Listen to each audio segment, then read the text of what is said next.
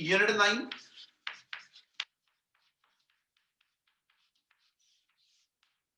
Syllabus का last unit ही है तुहाडा ये वाला आंदा 9th यूनिट जेड़ा ठीक है जी। ए चैप्टर जेड़ा उन्होंने डिफाइन करा ते इन्हों डिफाइन कर देने सेमीकंडक्टर कंडक्टर्स एंड इंसुलेटर्स।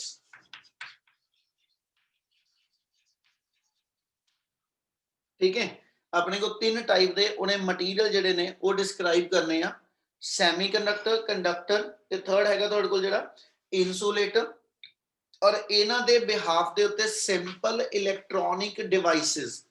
ठीक है हुण अपने कोल जेड़े इलैक्ट्रॉनिक डिवाइसेस वाला पार्ट आ वो डिलीट हो चुका वा वो नहीं हैगा साडे मेन एज सच असीं मटीरियल्स लैने कि भी अपने को डिफरेंट टाइप दे मटीरियल्स किहड़े ने। ठीक है और इन्हां मटीरियल दी कैटेगराइजेशन असीं किस बेस ते करदे आ। ठीक है ते पुत्त इहनूं जे एज सच शुरू करिए ते सब तो पहलो इस चैप्टर दी जे इंट्रोडक्शन च चलां। ठीक है सब तो पहलो इस चैप्टर दी इंट्रोडक्शन दे अंदर आइए ते आपां डिफाइन करते हैं कि भी इंट्रोडक्शन के अंदर कि भी जिन्ना भी अज दी डेट दे अंदर साडी इलैक्ट्रॉनिक इंडस्ट्री दी एडवांसमेंट हैगी आ।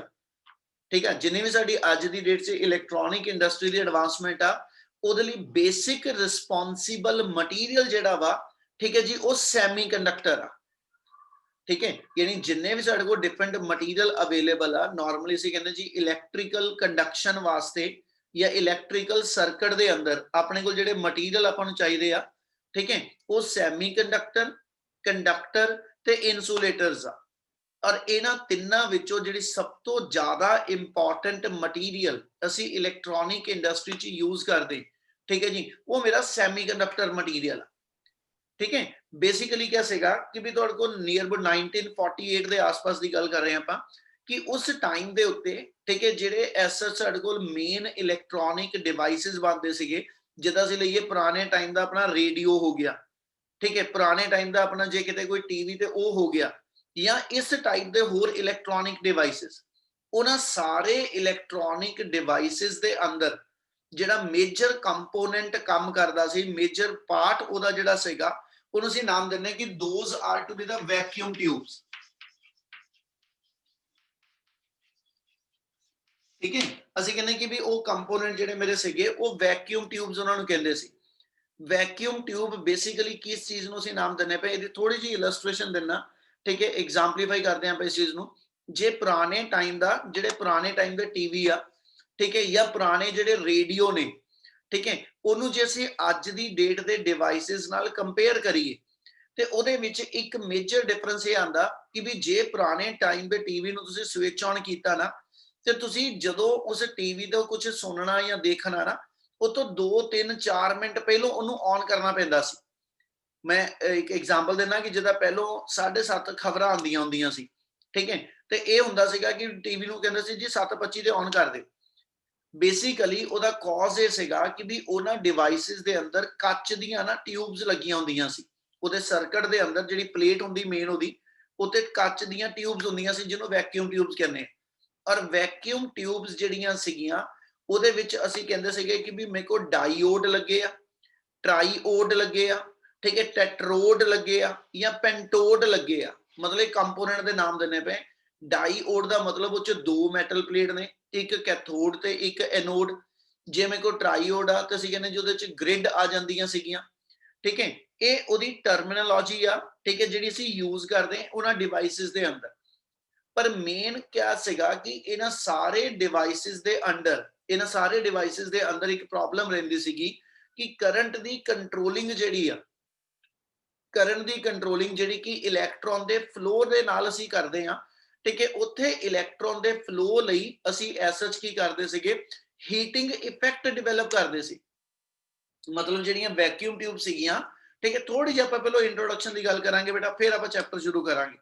कहना जी जिहड़ियां वैक्यूम ट्यूब्स हुंदियां सी वैक्यूम ट्यूब दे अंदर एज सच क्या प्रॉब्लम आती है कि जो उच्च करंट पास करते सी सर्किट में ऑन करते सीगे वैक्यूम ट्यूब के अंदर हीट जिहड़ी आ Joule's law of heating effect के अकॉर्डिंगली उच्च हीटिंग इफेक्ट बनता सी ਔਰ ਉਹ ਹੀਟ ਦੀ ਹੈਲਪ ਨਾਲ ਇਲੈਕਟ੍ਰੋਨ ਜਨਰੇਟ ਕਰਕੇ, ਜਿਹਨੂੰ ਅਸੀਂ ਨਾਮ ਦਿੰਦੇ ਥਰਮੋ ਆਇਨਿਕ ਅਮਿਸ਼ਨ। ਜਦੋਂ ਮੈਟਲ ਦੀ ਸਰਫੇਸ ਨੂੰ ਹੀਟ ਕਰਦੇ ਆ, ਉਹ ਇਲੈਕਟ੍ਰੋਨ ਅਮਿਟ ਕਰਦੀ ਆ, ਉਹਨੂੰ ਅਸੀਂ ਨਾਮ ਦਿੰਦੇ ਥਰਮੋ ਆਇਨਿਕ ਅਮਿਸ਼ਨ। ਉਹਦੇ ਅੰਦਰ ਇਦਾਂ ਦਾ ਕੁਝ ਫੀਨੋਮੀਨਾ ਲੈਂਦੇ ਸੀਗੇ ਕਿ ਵੀ ਐਸ ਸੱਚ ਜਿਹੜੀ ਕੈਥੋਡ ਐਨੋਡ ਪਲੇਟਸ ਨੇ ਉਸ ਵੈਕਿਊਮ ਟਿਊਬ ਦੇ ਅੰਦਰ, ਠੀਕ ਹੈ, ਉਹਦੇ ਅਕ੍ਰੋਸ ਅਸੀਂ ਕੈਥੋਡ ਪਲੇਟ ਨੂੰ ਹੀਟ ਕਰਕੇ ਇਲੈਕਟ੍ਰੋਨ ਜਨਰੇਟ ਕਰਦੇ ਸੀ। ਫਿਰ ਉਹ ਇਲੈਕਟ੍ਰੋਨ ਨੂੰ ਕੈਥੋਡ ਤੋਂ ਐਨੋਡ ਪਲੇਟ ਵੱਲ ਟਰੈਵਲ ਕਰਾਉਂਦੇ ਸੀ, ਠੀਕ ਹੈ।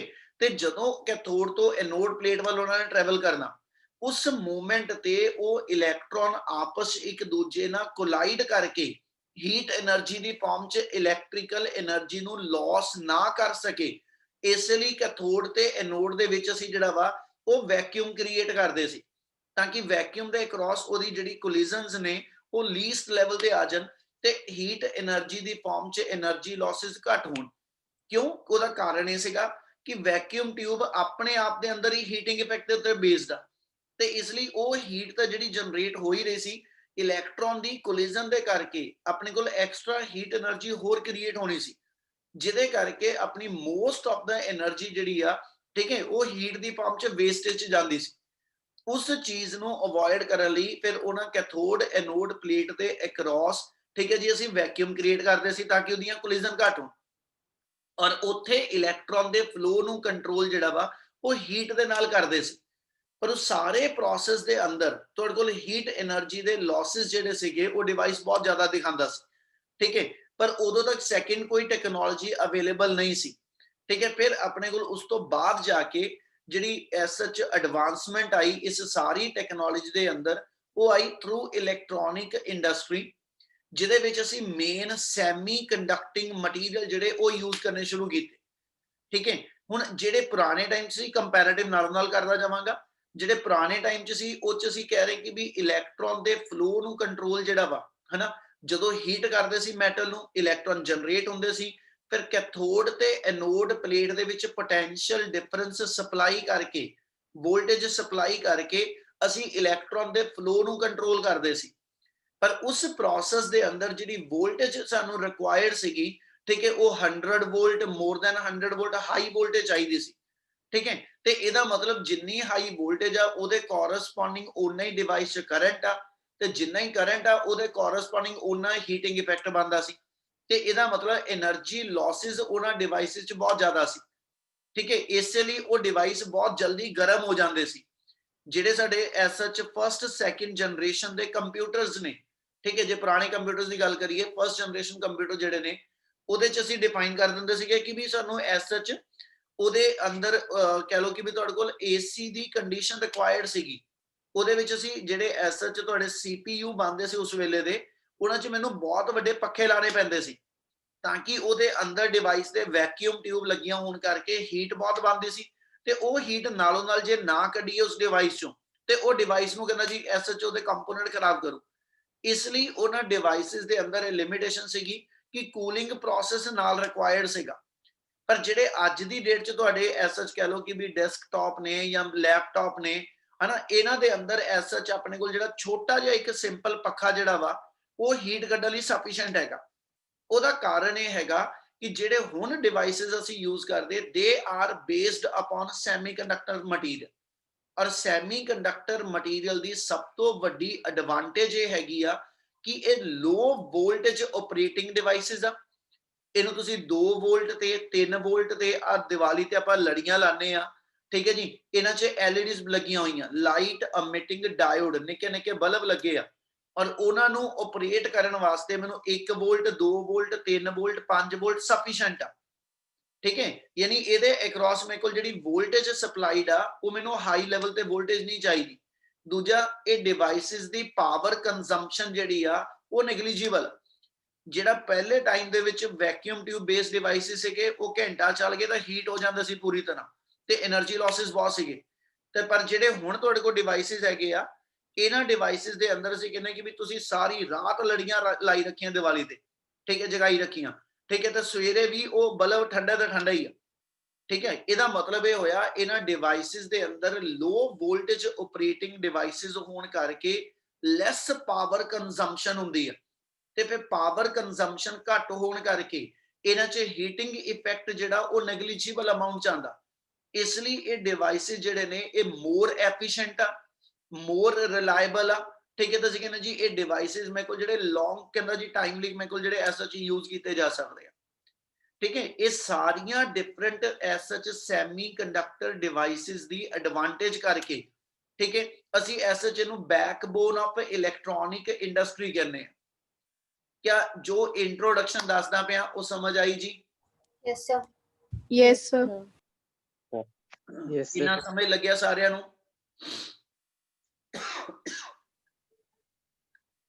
कोई इतना क्लियर आ? Yes sir. चल तो स्टार्टिंग दे 5 मिनट वाला दोबारा दस दो। नहीं जी हुन रिकॉर्डिंग देखियो, हुन बाद चो रिकॉर्डिंग देखी, इतना लिंक नहीं कर पावांगे। ठीक है, हाँ, पर यह है कि जो अगे करान लगे वो एस सच इस इंट्रोडक्शन का कोई नहीं लिंक हैगा। जनरल सिर्फ मैं टॉपिक दी इंट्रोडक्शन ही दसी है गुरिंदर। ठीक है जी,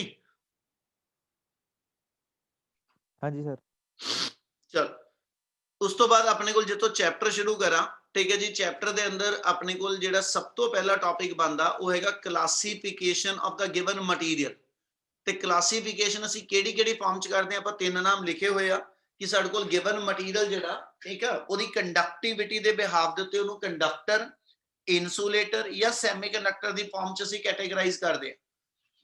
ਉਹ ਕਹਿੰਦਾ ਜਿਹੜੀਆਂ ਤਿੰਨ ਫਾਰਮ ਲੈ ਕੇ ਚੱਲਦੇ, ਕੰਡਕਟਰਸ ਅਸੀਂ ਕਿਹਨੂੰ ਡਿਫਾਈਨ ਕਰਦੇ ਕਿ ਕਹਿੰਦਾ ਜੀ ਜਿਹੜੇ ਮਟੀਰੀਅਲ ਦੀ ਇਲੈਕਟ੍ਰੀਕਲ ਰੈਜ਼ਿਸਟਿਵਿਟੀ ਬਹੁਤ ਨੈਗਲੀਜੀਬਲ, ਜਿਹੜੇ ਮਟੀਰੀਅਲ ਦੀ ਇਲੈਕਟ੍ਰੀਕਲ ਕੰਡਕਟਿਵਿਟੀ ਬਹੁਤ ਹਾਈ ਆ, ਉਹ ਮਟੀਰੀਅਲਸ ਮੇਰੇ ਕੰਡਕਟਰ ਨੇ।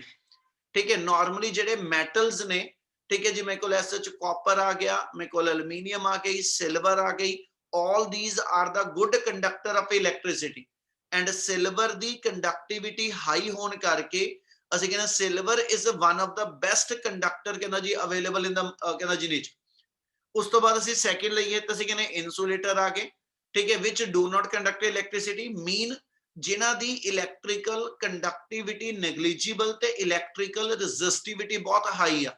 रबर आ गई, वुड आ गई, ठीक है जी, ये पीवीसी आ गई, ठीक है, ये सारे दे सारे मटीरियल मेरे जिहड़े ने दे आर द इनसुलेटर। ठीक है, थर्ड अपने को जितो आपां कंटिन्यू करना वो हैगा हुण सैमीकंडक्टर, ते अगला सारा कुछ सैमीकंडक्टर दा ही आ।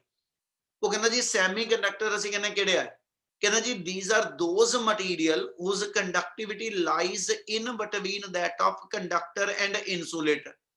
और semiconductor material ਨੂੰ ਅਸੀਂ ਇਦਾਂ ਦੱਸਦੇ ਨੇ ਕਿ ਵੀ these material will behave like an insulator at low temperature, but as the temperature will going on increasing of this material, its conductance will also going on increasing। मतलब लो टैंपरेचर ते ये material जिहड़े ने ये इनसुलेटर की तरह, और S such high temperature दे उत्ते ये मटीरियल मेरे कंडक्टर की तरह बिहेव करते हैं। ठीक है, आप सैकेंड यूनिट च टर्म पढ़ी सीगी temperature coefficient of resistance, alpha क्या सी ओनू, ते उत्थे असीं डिफाइन कीता सीगा एल्फा हुंदा मेरे कोल change in resistance over original resistance into change in temperature.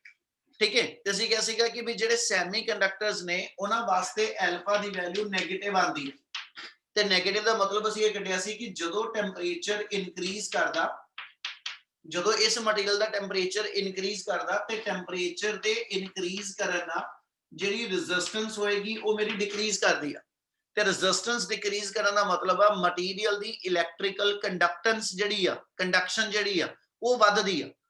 ठीक है, ਇਹਦਾ ਮਤਲਬ ਜਦੋਂ ਕਿਸੇ ਸੈਮੀ ਕੰਡਕਟਰ ਮਟੀਰੀਅਲ ਨੂੰ ਅਸੀਂ ਐਸ ਸੱਚ ਕਿਸੇ ਸਰਕਟ ਚ ਲਗਾ ਕੇ ਯੂਜ਼ ਕਰਦੇ ਆ ਤੇ ਜੇ ਉਹਦੇ ਅੰਦਰ ਥੋੜੀ ਬਹੁਤੀ ਹੀਟ ਬਣਦੀ ਆ, ਉਸ ਹੀਟ ਦੇ ਕਰਕੇ, ਠੀਕ ਹੈ, ਉਹਦਾ ਟੈਂਪਰੇਚਰ ਵੱਧਦਾ ਤੇ ਉਹਨਾਂ ਉਸ ਮਟੀਰੀਅਲ ਦੀ ਕੰਡਕਸ਼ਨ ਹੋਰ ਬੈਟਰ ਹੁੰਦੀ ਹੈ। ਠੀਕ ਹੈ ਜੀ, ਅਸੀਂ ਇਹਨੂੰ ਡਿਫਾਈਨ ਕਰਦੇ ਪਏ ਕਿ ਵੀ ਇਹ ਮੇਰੇ ਕੋਲ ਸੈਮੀ ਕੰਡਕਟਰ ਮਟੀਰੀਅਲ ਦੀ ਇਸ ਪ੍ਰੋਪਰਟੀ ਦੇ ਕਰਕੇ ਕਿ ਵੀ ਇਹ ਲੋ ਟੈਂਪਰੇਚਰ ਤੇ ਇਨਸੂਲੇਟਰ ਤੇ ਐਟ ਹਾਈ ਟੈਂਪਰੇਚਰ ਇਹ ਕੰਡਕਟਰ ਦੀ ਤਰ੍ਹਾਂ ਬਿਹੇਵ ਕਰਦੇ, ਇਹਨੂੰ ਅਸੀਂ ਐਸ ਸੱਚ ਕਹਿੰਦਾ ਜੀ ਮੈਕਸਿਮਮ ਯੂਟਿਲਾਈਜ਼ ਕਰਦੇ ਆ ਇਲੈਕਟ੍ਰੋਨਿਕ ਇੰਡਸਟਰੀ ਦੇ ਅੰਦਰ। ਇੰਨੀ ਗੱਲ ਸਮਝ ਲੱਗੀ? Yes sir. Yes sir. ਜੇ ਸੈਮੀ ਕੰਡਕਟਰ ਨੂੰ ਕੰਟੀਨਿਊ ਕਰਾਂ, ਉਹ ਕਹਿੰਦਾ ਜੀ ਸੈਮੀ ਕੰਡਕਟਰ ਮਟੀਰੀਅਲ ਅਸੀਂ ਨਾਰਮਲੀ ਤਿੰਨ ਕੈਟੇਗਰੀ ਚ ਡਿਵਾਈਡ ਕਰ ਲੈਂਦੇ। ਫਰਦਰ ਸੈਮੀ ਕੰਡਕਟਰ ਨੂੰ एलीमेंटल सैमीकंडक्टर, एलीमेंटल सैमीकंडक्टर। सेकंड मेरे को आ जाते कंपाउंड सैमीकंडक्टर। कंपाउंड सैमीकंडक्टर दियां दो कैटेगरी ले लेने, इनऑर्गेनिक सैमीकंडक्टर ते ऑर्गेनिक सैमीकंडक्टर। ठीक है, ਉਹਦੇ ਵਿੱਚੋਂ ਇਹਨਾਂ ਸਾਰੇ ਦੇ ਸਾਰੇ ਜਿੰਨੇ ਵੀ ਨਾਮ ਬੋਲਦਾ ਪਿਆ, ਜੇ ਐਲੀਮੈਂਟਲ ਸੈਮੀਕੰਡਕਟਰ ਕਹਾਂ ਜਿੱਦਾਂ ਸਿਲੀਕਨ ਆ ਗਿਆ, ਜਰਮੇਨੀਅਮ ਆ ਗਿਆ, ਇਹ ਮੇਰੇ ਐਸਐਚ ਐਲੀਮੈਂਟ ਦੀ ਫਾਰਮ ਚ ਸੈਮੀਕੰਡਕਟਰ। ਤੇ ਜੇ ਇਹਦੀ ਥਾਂ ਦਿੱਤੇ ਮੇਰੇ ਕੋਲ ਐਸਐਚ ਕਹਿੰਦਾ ਜੀ ਗੈਲੀਅਮ ਆਰਸੇਨਾਈਡ ਆ ਗਿਆ, ਜੇ ਮੇਰੇ ਕੋਲ ਗੈਲੀਅਮ ਆਰਸੇਨਾਈਡ ਫਾਸਫਾਈਡ ਆ ਗਿਆ, ਜੇ ਮੇਰੇ ਕੋਲ ਇੰਡੀਅਮ ਫਾਸਫਾਈਡ ਆ ਗਿਆ। ठीक है, ये सारे दे सारे मेरे जिहड़े आ वो इनऑर्गेनिक मेरे कंपाउंड सैमीकंडक्टर आ। ठीक है, और मैक्सिमम इलैक्ट्रॉनिक इंडस्ट्री दे विच जिहड़े सैमीकंडक्टर मटीरियल यूज कीते जांदे आ, those are the elemental semiconductor. Simplest example दवां तो असीं कहने कि जिहड़े तुहाडे सोलर सैल ने, जिहड़े सोलर पैनल ने, सोलर पैनल दे विच असीं मेन जिहड़े मटीरियल यूज करदे आ वो साडे सिलिकॉन मटीरियल्स ने। ठीक है, ਤੇ ਅਸੀਂ ਇਹਦੇ ਅੰਦਰ ਐਸਐਚ ਲੈਣਾ ਕਿ ਵੀ ਬਹੁਤ ਸਾਰੀਆਂ ਐਪਲੀਕੇਸ਼ਨ ਜਿਹੜੀਆਂ ਐਲੀਮੈਂਟਲ ਸੈਮੀਕੰਡਕਟਰ ਦੇ ਬੇਸਡ ਆ, ਔਰ ਬਹੁਤ ਸਾਰੇ ਸਾਡੇ ਕੋਲ ਜਿਹੜੇ ਐਸਐਚ ਕਹਿੰਦਾ ਜੀ ਡਿਵਾਈਸਿਸ ਨੇ ਉਹ ਮੇਰੇ ਕੋਲ ਐਸਐਚ ਕੰਪਾਊਂਡ ਸੈਮੀਕੰਡਕਟਰ ਦੇ ਬੇਸਡ ਹੈਗੇ। ਇਨੀ ਗੱਲ ਕਲੀਅਰ ਆ? Yes, sir. ठीक है, सो ये सारे दे सारे अपने को एसएच सैमीकंडक्टर मटीरियल ने। ठीक है, जेडे मेन इलैक्ट्रॉनिक इंडस्ट्री दे विच तुहाडे किसी भी लेवल ते काम आंदे। तुहाडा एलईडी अपने जेडी लगियां हुंदियां घरां च, एलईडी दी फुल फॉर्म ले लो लाइट एमिटिंग डायोड। ठीक है, ओदी टेक्नोलॉजी। ठीक है जी, तुहाडे एसएच मोबाइल, ठीक है, तुहाडे लैपटॉप, ये सारे दे सारे डिवाइसेस दे अंदर हुण जो कंपोनेंट लगदा ਉਹਨੂੰ ਅਸੀਂ ਨਾਮ ਦਿੰਨੇ ਉਹ ਆਈਸੀ ਲੱਗੇ ਆ ਜੀ।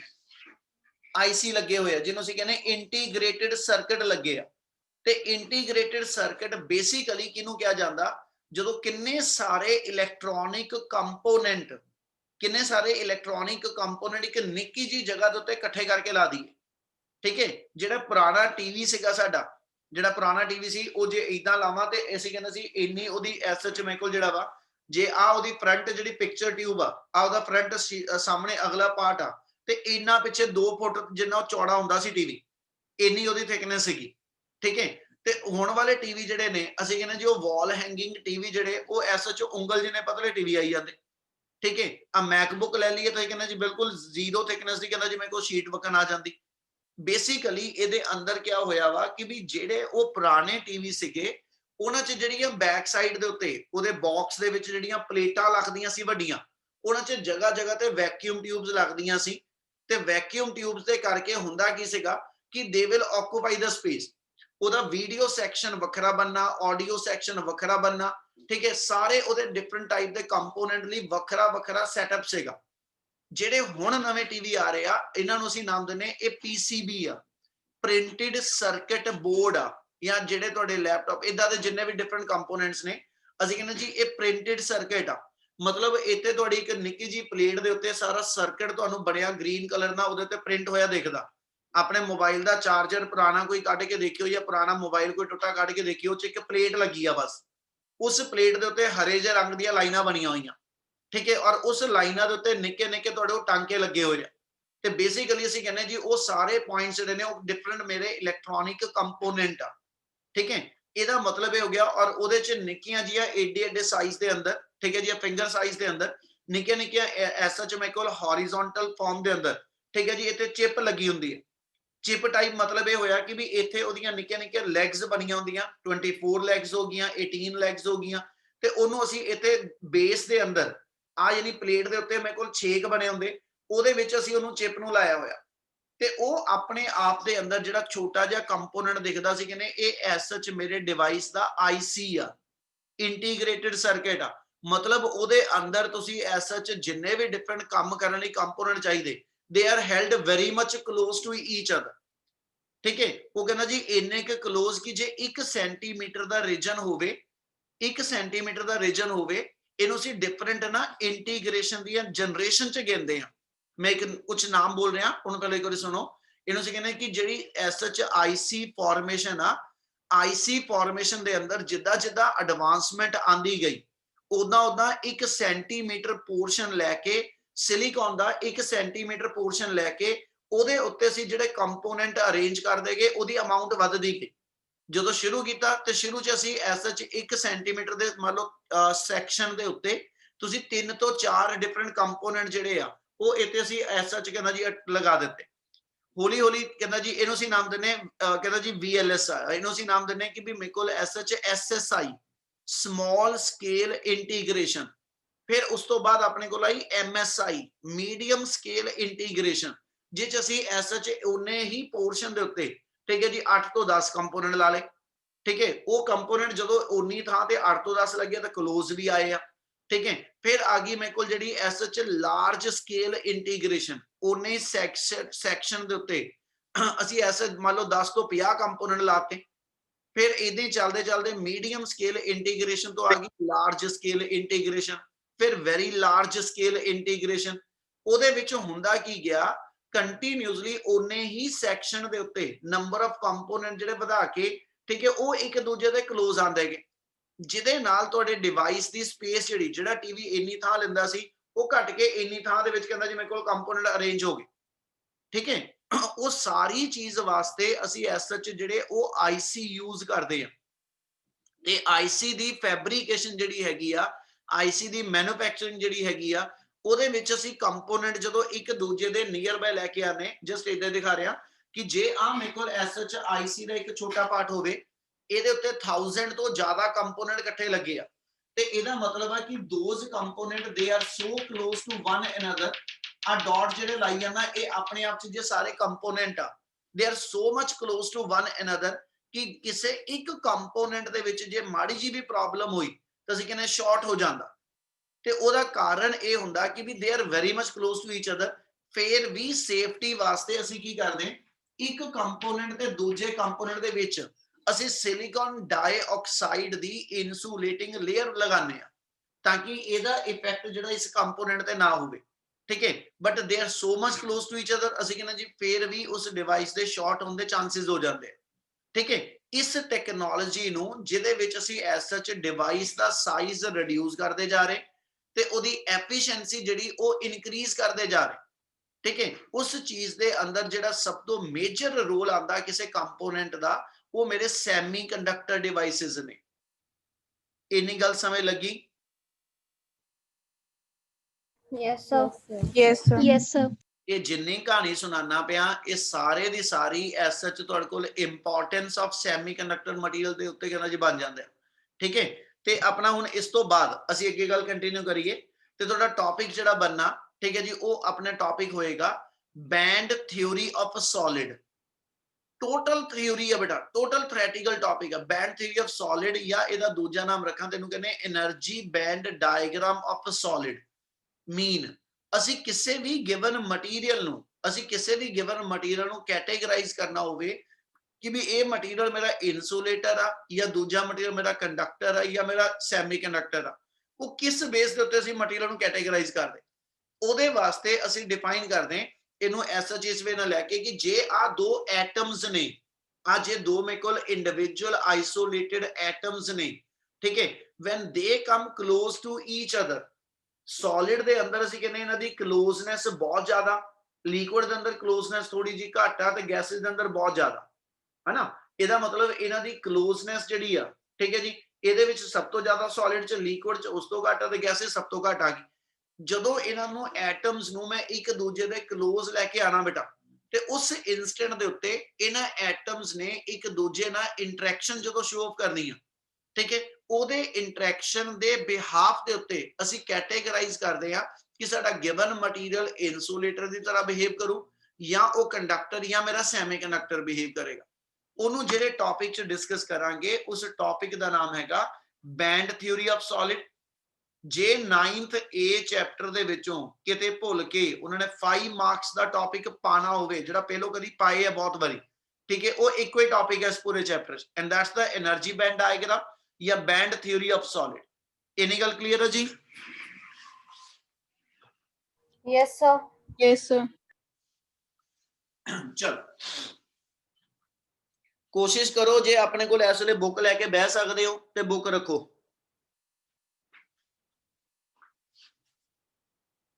ਮੈਨੂੰ 2 ਤੋਂ 3 ਮਿੰਟ ਲੱਗਣੇ ਡਾਇਗਰਾਮ ਬਣਾਉਣ ਨੂੰ, ਉਹਨਾਂ ਦੇਰ ਤੱਕ ਆਪਣੀ ਬੁੱਕ ਆਪਣੇ ਕੋਲ ਕਰ ਲਓ।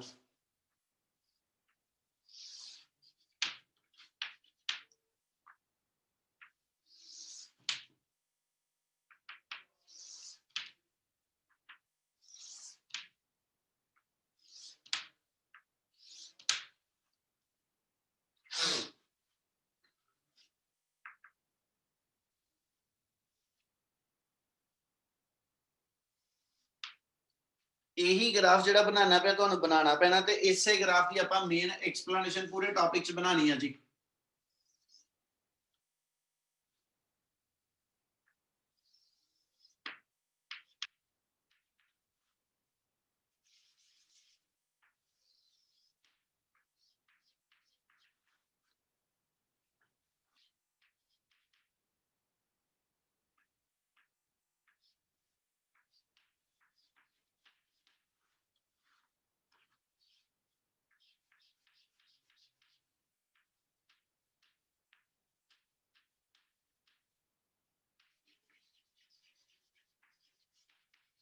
ਕੈਮਿਸਟਰੀ 'ਚ ਪੜਿਆ ਹੋਇਆ ਵਰਡਸ ਨਾ ਜਿਹੜੇ ਆਪਾਂ ਸਾਰੇ ਯੂਜ਼ ਕਰਨੇ ਆ।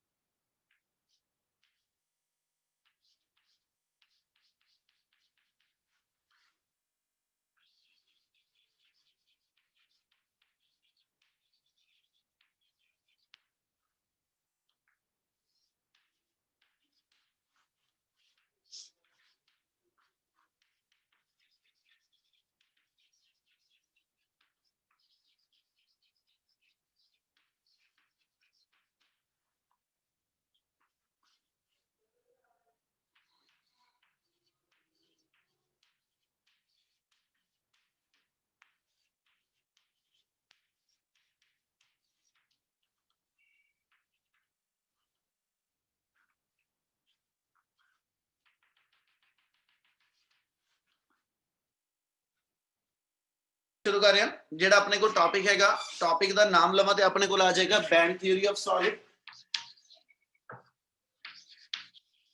बैंड थ्योरी ऑफ सॉलिड,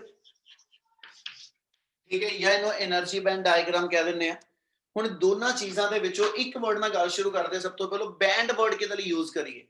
इत्थे देखो आपां दो वर्ड भी लिखे आ एक पोर्शन नूं सी इत्थे दिखा के वैलेंस बैंड किया, ਇਹਦੇ ਕੁਛ ਇੱਕ ਉੱਪਰ ਲਾਈਨਸ ਲਗਾ ਕੇ ਉਹਦੇ ਗਰੁੱਪ ਨੂੰ C S H conduction band ਕਿਹਾ ਵਾ। ਕਹਿੰਦਾ ਪੁੱਤ ਸਭ ਤੋਂ ਪਹਿਲਾ ਵਰਡ ਤਾਂ ਇਹ ਲਈਏ ਬੈਂਡ ਕੀ ਚੀਜ਼ ਆ, ਤੇ band is the name given to the group of energy levels which are held very much close to one another। ਤੁਸੀਂ ਕੈਮਿਸਟਰੀ ਚ ਪੜ੍ਹਦੇ ਹੋ એનર્ਜੀ ਬੈਂਡ ਡਾਇਗਰਾਮ ਜਾਂ એનર્ਜੀ ਡਾਇਗਰਾਮ ਆਪਾਂ ਹਾਈਡਰੋਜਨ ਐਟਮ, ਤੇ ਅਸੀਂ ਪੁੱਤ ਉਹਦੇ ਅੰਦਰ ਆ ਡਿਫਾਈਨ ਕਰਦੇ ਹਾਂ ਕਿ ਜੇ ਅਸੀਂ એનર્ਜੀ ਡਾਇਗਰਾਮ ਲਈਏ ਹਾਈਡਰੋਜਨ ਐਟਮ ਦੀ, ਤੇ એનર્ਜੀ ਦਾ ਆ ਫਾਰਮੂਲਾ ਲੈਣੇ -13.6/n² ਇਲੈਕਟ੍ਰੋਨ ਵੋਲਟ। ਇਹਦੇ ਅਕੋਰਡਿੰਗਲੀ ਜੇ ਡਿਫਾਈਨ ਕਰੀਏ ਅਸੀਂ ਕਹਿੰਦੇ ਜੀ ਗਰਾਊਂਡ ਸਟੇਟ ਦੇ ਵਿੱਚ ਇਲੈਕਟ੍ਰੋਨ ਹੋਏਗਾ, ਤੇ ਜਦੋਂ ਫਸਟ ਐਕਸਾਈਟਡ ਸਟੇਟ 'ਚ ਇਲੈਕਟ੍ਰੋਨ ਹੋਏਗਾ, ਇਹਨਾਂ ਦੋਨਾਂ ਲੈਵਲ ਦੇ ਵਿੱਚ near about 10.2 electron volt energy ਦਾ ਡਿਫਰੈਂਸ ਹੁੰਦਾ। ਯਾਨੀ ਇਹ ਵਾਈਡ ਗੈਪ ਦੇ ਉੱਤੇ ਆ ਦੋਨੋਂ ਲੈਵਲ। ਜਿਹੜਾ ਸੈਕੰਡ ਐਕਸਾਈਟਡ ਆ ਤੇ ਜਿਹੜਾ ਫਸਟ ਐਕਸਾਈਟਡ ਆ, ਇਹਦੇ ਵਿੱਚ ਗੈਪ ਜਿਹੜਾ ਮੇਰੇ ਕੋਲ ਘਟ ਜਾਂਦਾ। ਜਿਹੜਾ ਥਰਡ ਐਕਸਾਈਟਡ ਤੇ ਸੈਕੰਡ ਉਹ 'ਚ ਗੈਪ ਹੋਰ ਘਟ ਜਾਂਦਾ। ਜਿੱਦਾਂ ਜਿੱਦਾਂ ਮੈਂ ਉੱਪਰ ਜਾਂਦਾ ਜਾਵਾਂਗਾ ਹਾਇਰ એનર્ਜੀ ਲੈਵਲ 'ਚ, ਅਸੀਂ ਕਹਿੰਦੇ ਉਹ એનર્ਜੀ ਲੈਵਲ ਇੰਨੇ ਕੁ ਕਲੋਜ਼ ਆ ਜਾਂਦੇ ਆ ਕਿ they almost appear to be continuous. ਮਤਲਬ ਇੰਨੇ ਕੁ ਜ਼ਿਆਦਾ ਉਹ એનર્ਜੀ ਲੈਵਲ ਕਲੋਜ਼ ਨੇ ਕਿ ਅਸੀਂ ਕਹਿੰਦੇ ਉਹ ਗਰੁੱਪ ਆਫ એનર્ਜੀ ਲੈਵਲ ਬਣ ਗਿਆ, ਤੇ ਉਸ ਗਰੁੱਪ ਆਫ એનર્ਜੀ ਲੈਵਲ ਨੂੰ ਅਸੀਂ ਬੈਂਡ ਕਹਿੰਦੇ ਆ। ਇੰਨੀ ਗੱਲ ਸਮਝ ਲੱਗੀ? Yes, sir. ਚਲੋ ਹੁਣ ਇਹਦੇ ਬਿਹਾਫ ਦੇ ਉੱਤੇ ਗੱਲ ਸ਼ੁਰੂ ਕਰਦੇ ਪਏ। ਅਸੀਂ ਕਹਿੰਦੇ ਕਿ ਵੀ ਸਾਡੇ ਕੋਲ ਐਸਐਚ ਕਹਿੰਦਾ ਜੀ ਉਹਨੇ ਸ਼ੋ ਆਫ ਕੀ ਕਰਨ ਲੱਗਿਆ, ਆਪਾਂ ਜਿਹੜਾ ਟੌਪਿਕ ਬਣਾ ਰਹੇ ਇਹਦੇ ਲਈ ਕੁਝ ਚੀਜ਼ਾਂ ਅਸਿਊਮ ਕਰਿਓ ਆਪਣੇ ਮਾਈਂਡ ਦੇ ਅੰਦਰ। ਆਪਾਂ ਸ਼ੋ ਆਫ ਇਹ ਕਰਨ ਲੱਗੇ ਕਿ ਜੇ ਮੰਨ ਲਓ ਮੇਰੇ ਕੋਲ ਇੱਕ ਨਿੱਕਾ ਜਿਹਾ ਵੀ ਸਿਲੀਕਨ ਦਾ ਵੇਪਰ ਹੋਵੇ, ਤੁਸੀਂ ਆਪਣੇ ਰਿਮੋਟ ਦਾ ਜਿਹੜਾ ਤੁਹਾਡੇ ਟੀਵੀ ਦਾ ਰਿਮੋਟ ਹੈਗਾ, ਠੀਕ ਹੈ ਜੀ, ਉਹਦੇ ਵਿੱਚ ਦੇਖੋ ਦੇ ਅੱਗੇ ਇੱਕ ਐਲਈਡੀ ਬਲਬ ਲੱਗਿਆ ਹੋਇਆ। ਉਸ ਐਲਈਡੀ ਬਲਬ ਦੇ ਅੰਦਰ ਨਿਗਾਹ ਮਾਰ ਕੇ ਦੇਖੋ, ਇੱਕ ਨਿੱਕਾ ਜਿਹਾ ਕਹਿ ਲਓ ਕਿ ਚਮਕਦਾ ਹੋਇਆ ਪਾਰਟ ਜਿਹੜਾ ਬਿਲਕੁਲ ਨਿੱਕਾ ਜਿਹਾ ਇੱਕ ਪਾਰਟ ਲੱਗਾ ਹੋਇਆ। ਅਸੀਂ ਉਹਨੂੰ ਨਾਮ ਦਿੰਦੇ ਕਿ ਉਹ ਮੇਰਾ ਸਿਲੀਕਨ ਵੇਪਰ ਆ, ਠੀਕ ਹੈ। ਯਾਨੀ ਅਸੀਂ ਇੱਕ ਐਸਐਚ ਨਿੱਕਾ ਜਿਹਾ ਬਿਲਕੁਲ ਨਿੱਕਾ ਜਿਹਾ ਸਿਲੀਕਨ ਦਾ ਪੀਸ ਲਿੱਤਾ। ਅਸੀਂ ਕਹਿੰਦੇ ਇਹ ਸਿਲੀਕਨ ਕ੍ਰਿਸਟਲ ਦਾ ਇੱਕ ਪੋਰਸ਼ਨ ਲਿੱਤਾ ਮੈਂ, ਤੇ ਪੁੱਤ ਜਦੋਂ ਸਿਲੀਕਨ ਦਾ ਉਹ ਮੈਂ ਸਮਾਲ ਪਾਰਟ ਲਵਾਂਗਾ ਜਾਂ ਕਿਸੇ ਵੀ ਮੈਟਲ ਦਾ ਮੰਨ ਲਓ ਸਮਾਲ ਪਾਰਟ ਲਵਾਂ ਤੇ ਉਹਦੇ ਅੰਦਰ ਅਸੀਂ ਕੰਸੀਡਰ ਕਰਦੇ ਹਾਂ ਕਿ ਜਿਹੜਾ ਸਮਾਲ ਪੋਰਸ਼ਨ ਕੰਸੀਡਰ ਕਰ ਰਹੇ ਹੋ ਨਾ, ਉਸ ਸਮਾਲ ਪੋਰਸ਼ਨ ਦੇ ਅੰਦਰ ਮਿਲੀਅਨ ਔਰ ਬਿਲੀਅਨ ਆਫ ਐਟਮਸ ਹੈਗੇ ਆ। ਇੰਨੀ ਗੱਲ ਸਮਝ ਲੱਗਦੀ ਵੀ? Yes, sir. Yes, sir. ਇਹਦਾ ਮਤਲਬ ਅਸੀਂ ਉਸ ਨਿੱਕੇ ਜਿਹੇ ਪੋਰਸ਼ਨ ਨੂੰ ਬਣਾਉਣ ਲੱਗੇ ਵੀ ਉਹ ਚ ਅਸੀਂ ਕਹਿੰਦੇ ਜੀ ਮਿਲੀਅਨ ਬਿਲੀਅਨ ਆਫ ਐਟਮਸ ਨੇ, ਹਨਾ, ਜਿਹੜੇ ਇੱਕ ਦੂਜੇ ਦੇ ਕਲੋਜ਼ ਆ ਕੇ ਉਹ ਕ੍ਰਿਸਟਲ ਦੀ ਫਾਰਮੇਸ਼ਨ ਕਰਦੇ ਪਏ। ਯਾਨੀ ਉਸ ਸੋਲਿਡ ਨੂੰ ਬਣਾਉਣ ਲਈ ਇੱਕ ਜਾਂ ਦੋ ਜਾਂ ਚਾਰ ਐਟਮ ਨਹੀਂ ਹੈਗੇ, ਅਸੀਂ ਕਹਿੰਦੇ ਜੀ ਉਹ ਨਿੱਕਾ ਜਿਹਾ ਵੀ ਸੋਲਿਡ ਦਾ ਪੀਸ ਜਿਹੜਾ ਆ 1 ਸੈਂਟੀਮੀਟਰ ਸਕੁਅਰ ਏਰੀਆ ਵਾਲਾ ਵੀ ਪੀਸ ਹੋਵੇ ਤੇ ਇਹ ਚ ਵੀ ਅਸੀਂ ਕਹਿੰਦੇ ਬਿਲੀਅਨ ਆਫ ਐਟਮਸ ਆ। ਤੇ ਅਸੀਂ ਗੱਲ ਇਹ ਕਰਨ ਲੱਗੇ ਆ ਕਿ ਜਦੋਂ ਮੇਰੇ ਕੋਲ ਐਸ ਸੱਚ ਕੋਈ ਦੋ ਸਿੰਗਲ ਆਈਸੋਲੇਟਡ ਐਟਮ ਦਿੱਤੇ ਹੋਣ, ਠੀਕ ਹੈ, ਜੇ ਚ ਬਿਲੀਅਨ ਆਫ ਐਟਮਸ ਆ, ਅਸੀਂ ਇਹਨਾਂ ਵਿੱਚੋਂ ਸਿਰਫ ਦੋ ਸਿੰਗਲ ਐਟਮ ਲੈ ਲਈਏ ਤੇ ਅਸੀਂ ਕੰਸੀਡਰ ਕਰਦੇ ਕਿ ਜਦੋਂ ਦੋ ਸਿੰਗਲ ਐਟਮ ਇੱਕ ਦੂਜੇ ਦੇ ਕਲੋਜ਼ ਲੈ ਕੇ ਆਵਾਂਗਾ ਤੇ ਉਹਨਾਂ ਦੀ ਕਲੋਜ਼ਨੈਸ ਦੇ ਕਰਕੇ ਉਹਨਾਂ ਦੇ એનર્ਜੀ ਲੈਵਲ ਕਿੱਦਾਂ ਮੋਡੀਫਾਈ ਕਰਦੇ ਆ। ਗੱਲ ਸਮਝ ਆਈ ਕੀ ਕਰਨ ਲੱਗਿਆ ਗੱਲ? Yes, sir. ਤੇ ਅਸੀਂ ਜਿਹੜਾ ਐਸ ਸੱਚ ਜਿਹੜਾ ਮਟੀਰੀਅਲ ਲੈ ਕੇ ਐਗਜ਼ਾਮਪਲ ਬਣਾਉਣ ਲੱਗੇ ਆਪਾਂ ਕੰਸੀਡਰ ਇਹ ਕਰਨ ਲੱਗੇ ਕਿ ਵੀ ਮੰਨ ਲਓ ਮੇਰੇ ਕੋਲ ਐਸ ਸੱਚ ਸਿਲੀਕਨ ਗਿਵਨ, ਆਪਾਂ ਸੈਮੀਕੰਡਕਟਰ ਮਟੀਰੀਅਲ ਨੂੰ ਲੈ ਕੇ ਚੱਲਦੇ ਪਏ। ਜੇ ਮੈਂ ਸਿਲੀਕਨ ਜਾਂ ਜਰਮੇਨੀਅਮ ਕੋਈ ਵੀ ਸੈਮੀਕੰਡਕਟਰ ਮਟੀਰੀਅਲ ਲਵਾਂ ਤੇ ਮੈਨੂੰ ਪਤਾ ਸਿਲੀਕਨ ਦੀ ਜਿਹੜੀ ਐਸ ਸੱਚ ਐਟੋਮਿਕ ਨੰਬਰ 14 ਆ, ਠੀਕ ਆ, ਇਹਦੀ ਸਿੰਪਲ ਇਲੈਕਟ੍ਰੋਨਿਕ ਕਨਫੀਗਰੇਸ਼ਨ 284 ਆ। ਤੇ ਜੇ ਮੈਂ ਇਹਦੇ ਐਸ ਸੱਚ ਸ਼ੈਲ ਸਬ ਸ਼ੈਲ ਸ਼ੋ ਆਫ ਕਰਨੇ ਹੋਣ, ਜੇ ਮੈਂ ਇਹਦੇ ਸ਼ੈਲ ਤੇ ਸਬ ਸ਼ੈਲ ਸ਼ੋ ਆਫ ਕਰਨੇ ਹੋਣ ਤੇ ਆਪਾਂ ਇਹਨੂੰ ਐਸ ਸੱਚ ਇਦਾਂ ਡਿਫਾਈਨ ਕਰ ਦਿੰਦੇ ਕਿ ਵੀ ਸਿਲੀਕਨ ਦੇ ਅੰਦਰ 1s2, ਠੀਕ ਹੈ ਜੀ, 1s2, ਠੀਕ ਹੈ, 1s2 ਮਤਲਬ ਇਹਦੇ ਸਭ ਤੋਂ ਇਨਰ ਸ਼ੈਲ ਦੇ ਅੰਦਰ ਐਸ ਲੈਵਲ ਦੇ ਅੰਦਰ, ਠੀਕ ਹੈ, ਮੇਰੇ ਕੋਲ ਦੋ ਇਲੈਕਟ੍ਰੋਨ, ਫਿਰ ਇਦਾਂ ਹੀ ਮੇਰੇ ਕੋਲ 2s2, 2p6, 3s2 ਤੇ 3p6 ਜਿਹੜਾ ਲੈਵਲ ਬਣਨਾ ਸੀ, ਠੀਕ ਹੈ, ਉਹਦੇ ਇਸ p ਸਬ ਸ਼ੈਲ ਦੇ ਅੰਦਰੋਂ ਮੇਰੇ ਕੋਲ 6 ਸਬ ਸ਼ੈਲ ਸੀਗੇ ਜਿਨ੍ਹਾਂ ਵਿੱਚ ਮੇਰੇ ਕੋਲ ਐਸ ਸੱਚ ਦੋ ਸਬ ਸ਼ੈਲ ਫਿਲ ਹੈਗੇ ਆ। मैडम क्या मैं क्लास ले ला अपनी? मैम क्या मैं अपनी क्लास कंटिन्यू करना, पढ़ा ला?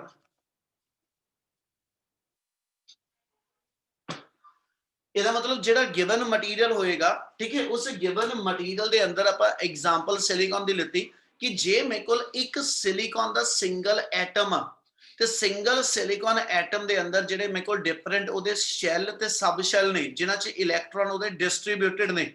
ਸਿਲੀਕਨ ਕੋਲ 14 ਇਲੈਕਟ੍ਰੋਨ ਨੇ ਤੇ 14 ਦੇ ਵਿੱਚੋਂ ਮੇਰੇ ਕੋਲ ਜਿਹੜੇ ਇਨਰ ਸ਼ੈਲ ਨੇ ਉਹ ਸਾਰੇ ਮੇਰੇ ਫਿਲਡ ਹੋ ਗਏ ਤੇ ਜਿਹੜਾ ਮੇਰਾ ਆਊਟਰ ਸ਼ੈਲ ਬਣਦਾ, ਜਿਹੜਾ ਆਊਟਰ ਸ਼ੈਲ ਬਣਦਾ ਉਹਦੇ ਵਿੱਚ 4 ਇਲੈਕਟ੍ਰੋਨ ਆ ਜਿਹੜੇ ਕਿ 2 s ਸਬ ਲੈਵਲ 'ਚ ਔਰ 2 ਮੇਰੇ ਕੋਲ ਜਿਹੜੇ p ਵਾਲੇ ਲੈਵਲ 'ਚ ਹੈਗੇ ਆ।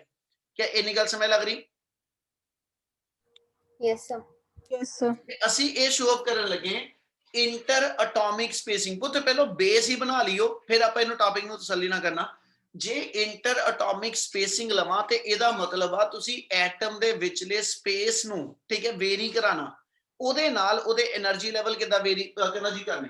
ਅਸੀਂ ਆ ਦਿਖਾ ਰਹੇ ਹਾਂ ਕਿ ਜੇ ਮੇਰੇ ਕੋਲ ਐਸ ਸੱਚ ਆ 3 ਸ਼ੈਲ ਨੇ, ਠੀਕ ਹੈ, ਜਿਹੜੇ ਮੇਰੇ 3 ਸਿਲੀਕਨ ਦੇ ਸ਼ੈਲ ਨੇ ਇੱਕ ਐਟਮ ਦੇ, ਹਨਾ, ਉਹ ਇਸ ਵੇ ਨਾਲ ਇਹਨਾਂ 'ਚ ਇਲੈਕਟ੍ਰੋਨ ਫੀਲਡ ਹੈਗੇ ਆ।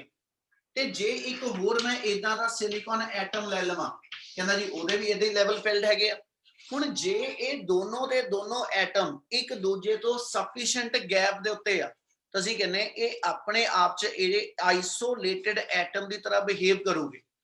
ਆਈਸੋਲੇਟਡ ਐਟਮ ਦਾ ਮਤਲਬ ਇਹ ਹੋਏਗਾ ਕਿ ਇਸ ਐਟਮ ਦੇ ਜਿਹੜੇ એનર્ਜੀ ਲੈਵਲਸ ਨੇ ਜਿਨ੍ਹਾਂ 'ਚ ਇਲੈਕਟ੍ਰੋਨ ਮੇਰੇ ਕੋਲ ਹੈਗੇ ਨੇ ਉਹਦੀ ਐਸ ਸੱਚ ਕਿਸੇ ਵੀ ਤਰ੍ਹਾਂ ਦੀ ਕੋਈ ਵੀ ਇੰਟਰੈਕਸ਼ਨ ਦੂਸਰੇ ਐਟਮ ਨਾਲ ਹੈ ਨਹੀਂ, ਯਾਨੀ ਆਪਸ ਕੋਈ ਲੈਣ ਦੇਣ ਨਹੀਂ ਹੈਗਾ। ਹਰ ਐਟਮ ਆਪਣੇ ਆਪ 'ਚ ਸਿੰਗਲ ਆਈਸੋਲੇਟਡ ਐਟਮ ਦੀ ਫਾਰਮ 'ਚ। ਪਰ ਜਦੋਂ ਅਸੀਂ ਕਹਿੰਦੇ ਇਹ ਇੱਕ ਛੋਟਾ ਜਿਹਾ ਵੀ ਕ੍ਰਿਸਟਲ ਬਣਾਉਂਦੇ ਆ, ਸੋਲਿਡ ਬਣ ਗਿਆ, ਤੇ ਉਸ ਗਿਵਨ ਸਪੈਸੀਮਨ ਆਫ ਸੋਲਿਡ ਦੇ ਅੰਦਰ ਮੇਰੇ ਕੋਲ ਇਦਾਂ ਦੇ ਸਿਲੀਕਨ ਦੇ ਬਿਲੀਅਨ ਆਫ ਐਟਮ ਇਕੱਠੇ ਹੋਏ ਆ।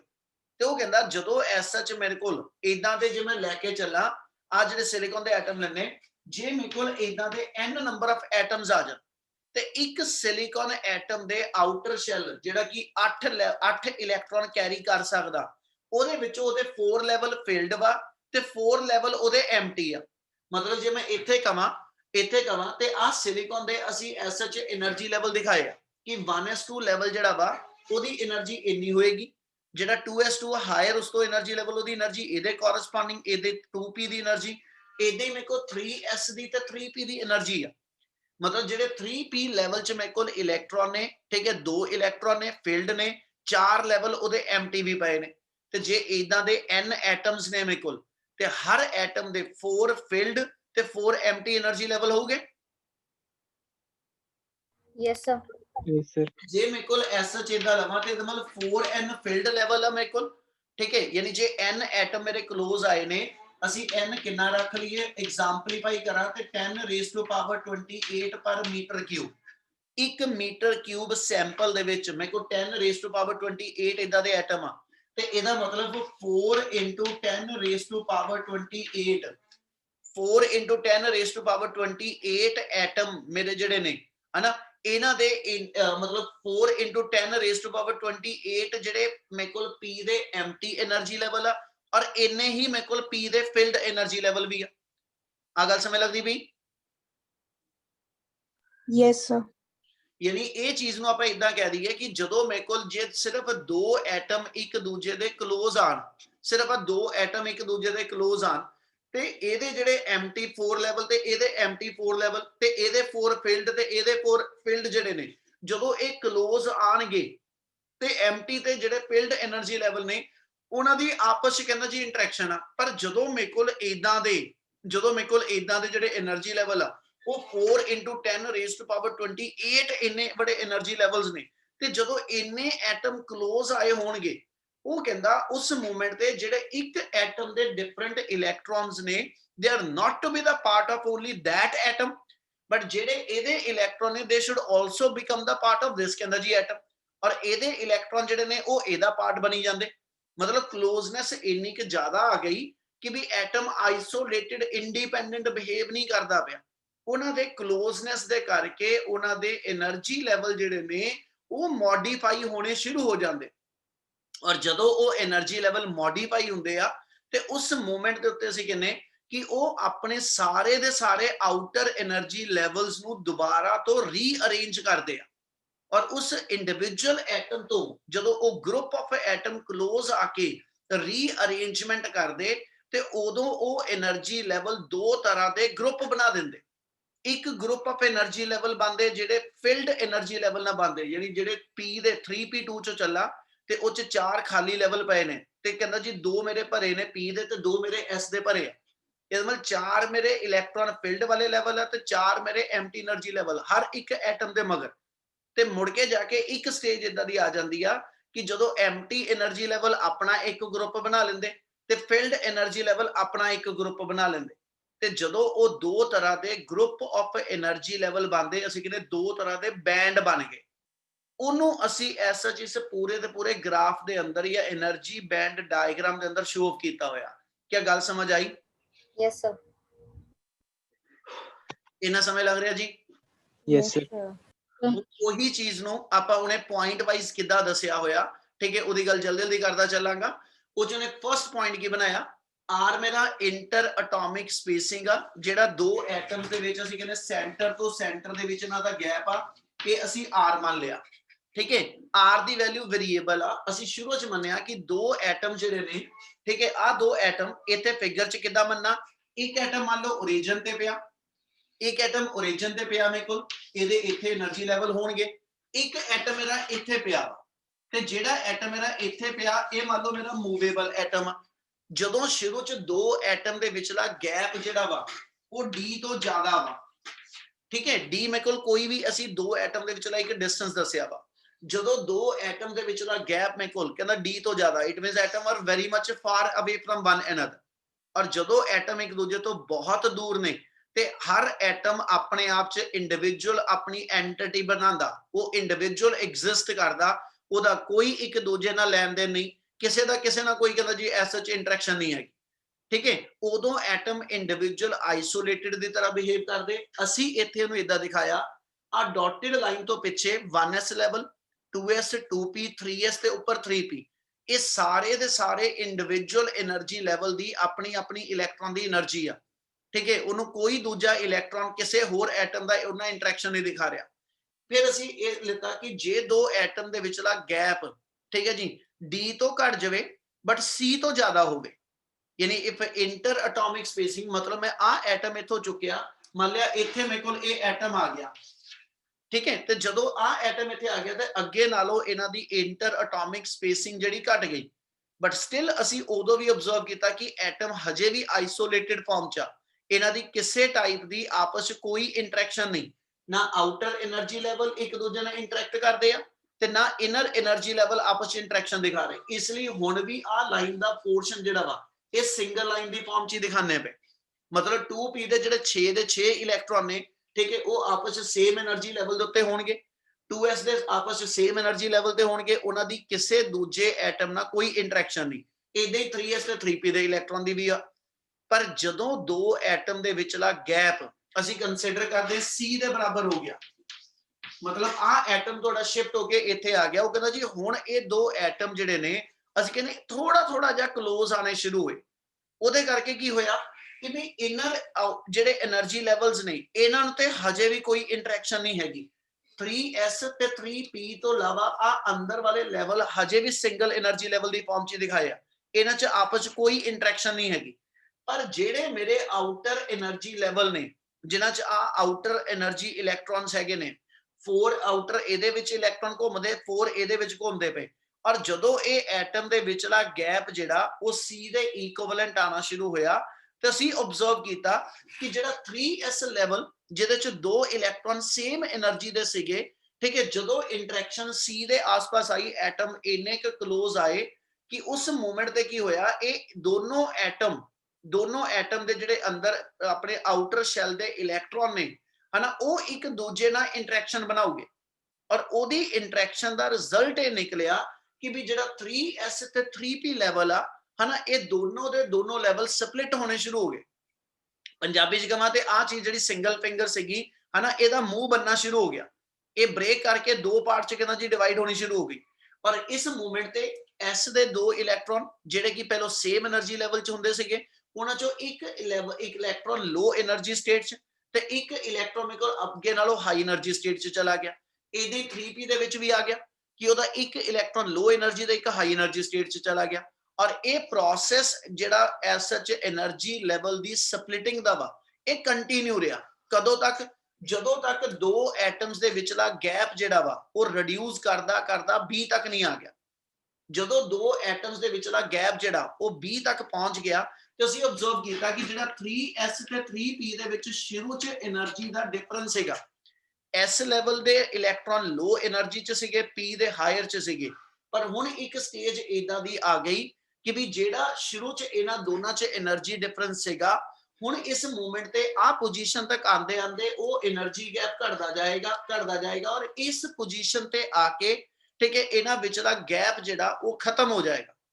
ਯਾਨੀ ਜਦੋਂ ਇਹ ਚੀਜ਼ ਆਈ, ਜਦੋਂ ਇਹ ਪੋਜੀਸ਼ਨ ਆਏਗੀ ਕਿ 3s ਤੇ 3p ਦੋਨਾਂ ਲੈਵਲ ਦੇ ਇਲੈਕਟ੍ਰੋਨ ਸੇਮ એનર્ਜੀ ਤੇ ਆ ਗਏ ਤੇ ਵੀ ਨੈਵਰ ਟੂ ਬੀ ਡਿਫਰੈਂਸ਼ੀਏਟ कि whether that electron will belong to the 3s level or electron will belong to the 3p level, ठीक है। और दूजी गल ਇਹਦੇ ਵਿੱਚ ਨਾਲੋਂ ਨਾਲ ਮੇਰੇ ਕੋਲ ਚਾਰ ਖਾਲੀ ਲੈਵਲ ਵੀ ਪਏ ਆ, ਕਿਉਂਕਿ 3p 6 बनना, 6 ਦੇ ਵਿੱਚੋਂ ਦੋ ਫੀਲਡ ਆ, ਦੋ ਖਾਲੀ ਆ, ਇਹਦਾ ਦੋ ਫੀਲਡ ਆ ਤੇ ਚਾਰ ਖਾਲੀ ਆ, ਇਹਦਾ ਮਤਲਬ ਇਹ ਹੋ ਗਿਆ ਕਿ ਵੀ ਮੇਰੇ ਕੋਲ ਜਿਹੜਾ ਆ ਰੀਜਨ ਬਣੇਗਾ ਆ ਦੋਨਾਂ ਪੋਰਸ਼ਨ ਦੇ ਵਿੱਚ ਗਬਲਾ ਜਿਹੜਾ ਪੋਰਸ਼ਨ ਆ, ਜਦੋਂ ਇੰਟਰ ਐਟੋਮਿਕ ਸੈਪਰੇਸ਼ਨ b ਤੋਂ ਘੱਟ ਤੇ a ਤੋਂ ਜ਼ਿਆਦਾ ਹੋਏਗੀ ਤੇ ਵੀ ਆਬਜ਼ਰਵ ਉਸ ਮੂਵਮੈਂਟ ਤੇ ਜਿਹੜੇ ਮੇਰੇ ਫੀਲਡ એનર્ਜੀ ਲੈਵਲ ਆ ਚਾਰ ਮੇਰੇ ਫੀਲਡ ਜਿਹੜੇ ਆ ਤੇ ਚਾਰ ਮੇਰੇ ਕੋਲ ਜਿਹੜੇ ਐਮਟੀ ਆ, ਇਸ ਰੀਜਨ ਚ ਆ ਕੇ ਉਹ ਸਾਰੇ ਦੇ ਸਾਰੇ ਜਿਹੜੇ એનર્ਜੀ ਲੈਵਲਸ ਨੇ ਉਹ ਮਿਕਸ ਹੋ ਜਾਣੇ, ਠੀਕ ਹੈ, ਐਮਟੀ એનર્ਜੀ ਲੈਵਲ ਵੀ ਤੇ ਫੀਲਡ એનર્ਜੀ ਲੈਵਲ ਉਹ ਸਾਰੇ ਦੇ ਸਾਰਿਆਂ ਦਾ ਇੱਕ ਮਿਕਸਚਰ ਬਣ ਜਾਣਾ, and we never to be differentiate ਕਿ whether the given energy level is to be empty ਔਰ given energy level is to be filled with the electron, ਠੀਕ ਹੈ। ਜਦੋਂ ਇਹ ਸਟੇਜ ਆਏ ਉਸ ਤੋਂ ਬਾਅਦ ਜਾ ਕੇ ਕੀ ਹੋਏਗਾ ਕਿ ਜਦੋਂ ਐਟਮਸ ਦੇ ਵਿਚਲੀ ਸੈਪਰੇਸ਼ਨ ਫਰਦਰ ਹੋਰ ਰਿਡਿਊਸ ਹੋ ਕੇ a ਤੱਕ ਆ ਜਾਏਗੀ, ਯਾਨੀ ਐਟਮ ਹੁਣ ਬਹੁਤ ਕਲੋਜ਼ ਆ ਚੁੱਕੇ ਨੇ, ਤੇ ਜਦੋਂ ਐਟਮ ਇੰਨੇ ਕਲੋਜ਼ ਆ ਗਏ ਅਸੀਂ ਕਹਿੰਦੇ ਜੀ ਇਹ ਦੋ ਐਟਮ ਦੇ ਵਿਚਲੀ ਇਕੁਇਲਿਬ੍ਰੀਅਮ ਸੈਪਰੇਸ਼ਨ, ਮਤਲਬ ਅਸੀਂ ਸ਼ੁਰੂ ਹੋਏ ਸੀ ਦੋ ਐਟਮ ਤੋਂ, ਹੁਣ ਦੋ ਐਟਮ ਕਲੋਜ਼ ਆਂਦੇ ਆਂਦੇ ਜਦੋਂ ਇਦਾਂ ਦੇ n ਐਟਮ ਕਲੋਜ਼ ਆ ਚੁੱਕੇ ਨੇ ਤੇ ਇਸ ਮੂਮੈਂਟ ਤੇ ਅਸੀਂ ਕਹਿੰਦੇ ਇਹ ਐਟਮਸ ਦੇ ਵਿਚਲੀ ਇਕੁਇਲਿਬਰੀਅਮ ਸੈਪਰੇਸ਼ਨ ਆ ਗਈ। ਇਕੁਇਲਿਬਰੀਅਮ ਸੈਪਰੇਸ਼ਨ ਆ ਜਦੋਂ ਨਾ ਤਾਂ ਅਟਰੈਕਟਿਵ ਨਾ ਰਿਪਲਸਿਵ ਕੋਈ ਫੋਰਸ ਡੋਮੀਨੇਟ ਨਹੀਂ ਕਰਦੀ, ਦੋਨੋਂ ਚੀਜ਼ਾਂ ਦਾ ਇਫੈਕਟ ਇਕੁਇਵਲੈਂਟ ਆ ਜਾਂਦਾ। ਉਸ ਪੋਜੀਸ਼ਨ ਦੇ ਉੱਤੇ ਆ ਕੇ ਜਦੋਂ ਆ ਮੇਰੇ ਕੋਲ ਪੋਜੀਸ਼ਨ ਆਣੀ ਆ ਤੇ ਅਸੀਂ ਕਹਿੰਦੇ ਇਸ ਇਕੁਇਲਿਬਰੀਅਮ ਸੈਪਰੇਸ਼ਨ ਵਾਲੇ ਪੋਜੀਸ਼ਨ ਤੇ ਆ ਕੇ ਜਿੰਨੇ ਵੀ ਐਮਟੀ એનર્ਜੀ ਲੈਵਲਸ ਨੇ ਤੇ ਜਿੰਨੇ ਵੀ ਫੀਲਡ એનર્ਜੀ ਲੈਵਲ ਆ, 4n ਮੇਰੇ ਕੋਲ ਐਮਟੀ એનર્ਜੀ ਲੈਵਲ ਆ ਤੇ 4n ਮੇਰੇ ਕੋਲ ਫੀਲਡ ਵਾ, ਜਿੰਨੇ ਵੀ ਐਮਟੀ એનર્ਜੀ ਲੈਵਲ ਆ, ਠੀਕ ਹੈ, ਉਹ ਇੱਕ ਗਰੁੱਪ ਫਾਰਮ ਕਰਦੇ, ਠੀਕ ਹੈ, ਔਰ ਜਿੰਨੇ ਮੇਰੇ ਕੋਲ ਐਮਟੀ એનર્ਜੀ ਲੈਵਲ ਉਹ ਇੱਕ ਗਰੁੱਪ ਫਾਰਮ ਕਰਦੇ। ਔਰ ਆਪਾਂ ਨੂੰ ਇੱਕ ਪ੍ਰੋਪਰਟੀ ਪਤਾ ਕਿ ਜਿਹੜਾ ਇਲੈਕਟ੍ਰੋਨ ਉਹ ਹਮੇਸ਼ਾ ਲੋਅਰ એનર્ਜੀ ਸਟੇਟ 'ਚ ਰਹਿਣਾ ਚਾਹੇਗਾ ਆਪਣੀ ਸਟੇਬਿਲਿਟੀ ਵਾਸਤੇ। ਇਸ ਲਈ ਜਿਹੜੇ ਫੀਲਡ એનર્ਜੀ ਲੈਵਲਸ ਨੇ, ਜਿਹੜੇ 4n ਫੀਲਡ એનર્ਜੀ ਲੈਵਲਸ ਨੇ, ਇਹਨਾਂ ਵਿੱਚੋਂ 4 ਜਿਹੜੇ ਭਰੇ ਹੋਏ ਲੈਵਲ ਨੇ ਹਨਾ, ਉਹ ਸਾਰੇ ਦੇ ਸਾਰੇ ਲੋ એનર્ਜੀ ਦਾ ਇੱਕ ਗਰੁੱਪ ਬਣਾ ਲੈਂਦੇ ਜਿਹਨੂੰ ਅਸੀਂ ਨਾਮ ਦਿੰਦੇ ਉਹ ਵੇਲੈਂਸ ਬੈਂਡ ਦੀ ਫਾਰਮੇਸ਼ਨ ਕਰਦੇ ਆ। ਔਰ ਜਿੰਨੇ ਐਮਟੀ એનર્ਜੀ ਲੈਵਲਸ ਨੇ, ਠੀਕ ਹੈ, ਯਾਨੀ 4n ਫੀਲਡ ਤੇ ਜਿਹੜੇ 4n ਐਮਟੀ, ਠੀਕ ਹੈ, ਫੀਲਡ ਲੋਅਰ એનર્ਜੀ ਸਟੇਟ ਬਣਾ ਕੇ ਬਹਿ ਗਏ ਤੇ ਜਿੰਨੇ ਐਮਟੀ એનર્ਜੀ ਲੈਵਲਸ ਨੇ ਉਹ ਇਸ ਗੈਪ ਦੇ ਅੰਦਰ ਕੰਡਕਸ਼ਨ ਬੈਂਡ ਬਣਾਉਂਦੇ। ਮਤਲਬ ਐਮਟੀ એનર્ਜੀ ਲੈਵਲਸ ਦੇ ਗਰੁੱਪ ਨੂੰ ਅਸੀਂ ਕਹਿੰਦੇ ਜੀ ਉਹ ਇੱਕ ਕੰਡਕਸ਼ਨ ਬੈਂਡ ਦੀ ਫਾਰਮੇਸ਼ਨ ਹੋ ਗਈ, ਠੀਕ ਹੈ, ਉਹ ਗਰੁੱਪ ਆਫ એનર્ਜੀ ਲੈਵਲ ਆ ਜਿਨ੍ਹਾਂ 'ਚ ਕੋਈ ਇਲੈਕਟ੍ਰੋਨ ਨਹੀਂ ਹੈਗਾ, ਉਹ ਐਮਟੀ એનર્ਜੀ ਲੈਵਲਸ ਨੇ, ਉਹਦੇ ਗਰੁੱਪ ਨੂੰ ਕੰਡਕਸ਼ਨ ਬੈਂਡ। ਔਰ ਜਿਹੜੇ ਫੀਲਡ એનર્ਜੀ ਲੈਵਲਸ ਨੇ ਉਹਨਾਂ ਨੇ ਆਪਣਾ ਇੱਕ ਗਰੁੱਪ ਬਣਾਇਆ ਜਿਹਨੂੰ ਅਸੀਂ ਕਹਿੰਦੇ ਜੀ ਉਹ ਵੇਲੈਂਸ ਬੈਂਡ ਬਣਾਉਂਦੇ। ਹੁਣ ਵੇਲੈਂਸ ਬੈਂਡ ਤੇ ਕੰਡਕਸ਼ਨ ਬੈਂਡ ਦੇ ਵਿੱਚ ਗਬਲਾ ਜਿਹੜਾ ਗੈਪ ਹੋਏਗਾ ਉਹਨੂੰ ਅਸੀਂ ਨਾਮ ਦਿੰਦੇ ਫੋਰਬਿਡਨ એનર્ਜੀ ਗੈਪ। ਇਹ ਡਿਸਾਈਡ ਕਰਦਾ ਕਿ ਗਿਵਨ ਮਟੀਰੀਅਲ ਜਿਹੜਾ ਵਾ ਉਹ ਇਨਸੂਲੇਟਰ ਦੀ ਤਰ੍ਹਾਂ ਬਿਹੇਵ ਕਰੂ ਜਾਂ ਕੰਡਕਟਰ ਦੀ ਤਰ੍ਹਾਂ ਬਿਹੇਵ ਕਰੂ ਜਾਂ ਸੈਮੀਕੰਡਕਟਰ ਦੀ ਤਰ੍ਹਾਂ ਬਿਹੇਵ ਕਰੂ। ਉਹਦੇ ਵਾਸਤੇ ਫਿਰ ਮੈਨੂੰ ਇੱਕ ਵੇਲੈਂਸ ਬੈਂਡ, ਇੱਕ ਕੰਡਕਸ਼ਨ ਬੈਂਡ, ਇਹਨਾਂ ਵਿਚਲਾ ਗੈਪ ਪਤਾ ਹੋਣਾ ਚਾਹੀਦਾ ਕਿ ਕਿੰਨਾ ਵਾ ਗਿਵਨ ਮਟੀਰੀਅਲ। ਫॉर ਐਗਜ਼ਾਮਪਲ ਜੇ ਮੇਰੇ ਕੋਲ ਕੋਈ ਇਨਸੂਲੇਟਿੰਗ ਮਟੀਰੀਅਲ ਆ ਤੇ ਐਸ ਸੱਚ ਉਹਦੇ ਅੰਦਰ ਇਹ ਜਿਹੜਾ ਫੋਰਬਿਡਨ એનર્ਜੀ ਗੈਪ ਆ ਇਹਦੀ ਵੈਲਿਊ 3 ਇਲੈਕਟ੍ਰੋਨ ਵੋਲਟ ਤੋਂ ਜ਼ਿਆਦਾ ਹੁੰਦੀ ਆ। ਮਤਲਬ ਇਲੈਕਟ੍ਰੋਨ ਨੂੰ ਘੱਟੋ ਘੱਟ 3 ਇਲੈਕਟ੍ਰੋਨ ਵੋਲਟ એનર્ਜੀ ਐਸ ਸੱਚ ਲੋ ਟੈਂਪਰੇਚਰ ਤੇ ਚਾਹੀਦੀ ਆ to jump from valence band to conduction band, ਫਿਰ ਜਾ ਕੇ ਉਹ ਕੰਡਕਟਿਵਿਟੀ 'ਚ ਰੋਲ ਪਲੇ ਕਰ ਸਕਦਾ। ਤੇ ਇੰਨੀ એનર્ਜੀ 3 ਇਲੈਕਟ੍ਰੋਨ ਵੋਲਟ ਦੇ ਆਸ-ਪਾਸ ਦੀ એનર્ਜੀ ਇਲੈਕਟ੍ਰੋਨ ਕੋ ਲੋ ਟੈਂਪਰੇਚਰ ਤੇ ਅਵੇਲੇਬਲ ਨਹੀਂ ਹੋ ਪਾਉਂਦੀ, ਇਸ ਲਈ ਉਹਦੇ ਅੰਦਰ ਅਸੀਂ ਕਹਿੰਦੇ ਕੰਡਕਸ਼ਨ ਨਹੀਂ ਪੋਸੀਬਲ। ਜੇ ਸੈਮੀ ਕੰਡਕਟਰ ਮਟੀਰੀਅਲ ਆ, ਸੈਮੀ ਕੰਡਕਟਰ ਸਿਲੀਕਨ ਜਰਮੇਨੀਅਮ ਆ, ਉਹਨਾਂ ਦੇ ਅੰਦਰ ਇਹ ਗੈਪ ਜਿਹੜਾ 0.7 ਤੋਂ 1.1 ਇਲੈਕਟ੍ਰੋਨ ਵੋਲਟ ਦੇ ਆਸ-ਪਾਸ ਆ, ਮਤਲਬ ਰਫਲੀ ਕਮਾ ਤੇ 1 ਇਲੈਕਟ੍ਰੋਨ ਵੋਲਟ ਦੇ ਆਸ-ਪਾਸ ਦਾ ਗੈਪ ਹੁੰਦਾ ਵਾ ਤੇ ਓਨੀ એનર્ਜੀ ਥੋੜੇ ਜਿਹੇ ਵੀ ਟੈਂਪਰੇਚਰ ਦੇ ਇਨਕਰੀਜ਼ ਨਾਲ ਉਹਨੂੰ ਮਿਲ ਜਾਂਦੀ ਆ ਤੇ ਇਲੈਕਟ੍ਰੋਨ ਵੇਲੈਂਸ ਤੋਂ ਜੰਪ ਕਰਕੇ ਕੰਡਕਸ਼ਨ 'ਚ ਚਲੇ ਜਾਂਦਾ ਤੇ ਕੰਡਕਸ਼ਨ 'ਚ ਰੋਲ ਪਲੇ ਕਰ ਸਕਦਾ।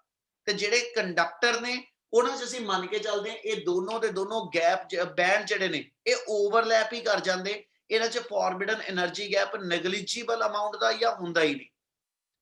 ਇੰਨੀ ਗੱਲ ਸਮਝ ਲੱਗੀ? Yes, sir. Yes, sir.